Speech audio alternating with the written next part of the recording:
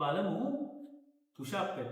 මේ කියන ව්‍යායාමය කොහොමද පොළවේ අපි කරන්නේ කියලා. දැන් මේක කරන්න පුළුවන් ටිකක් උරහිස ශක්තිමත් වුණාම කරන්න පුළුවන් ව්‍යායාමයක් තමයි පුෂ් අප් එක. ඒ කියන්නේ ෆ්ලෝ පුෂ් අප් එක.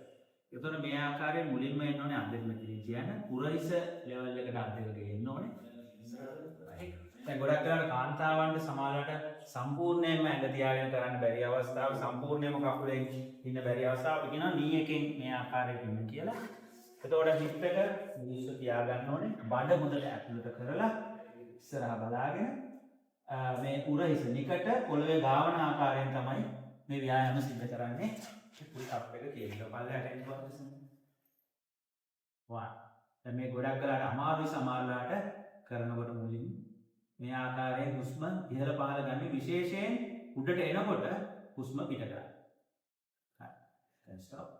ඒ ආකාරයෙන් 10 පාරක් කරන්න පුළුවන් නම් හොඳයි. 10 ඒවා 3ක් කරන්න පුළුවන් නම් මේ ව්‍යායාමය ඉතාමත් හොඳයි.